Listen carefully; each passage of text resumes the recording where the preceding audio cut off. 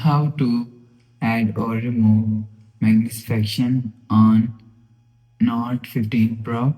Let's start the video. First of all, go to App Library. Here click on Settings app. Now in Setting, scroll down and click on Additional Settings.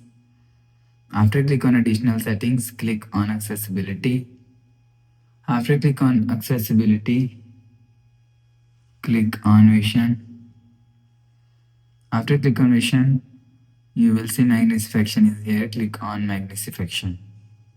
If you want to add magnification, so turn on this button. After turn on this button, magnification is add. If you want to remove magnification, so turn off this button. After turn off this button, magnification is removed. So you will add or remove magnification from here. After the process, go back to home screen. So that's how you can add or remove magnification on Note 15 Pro.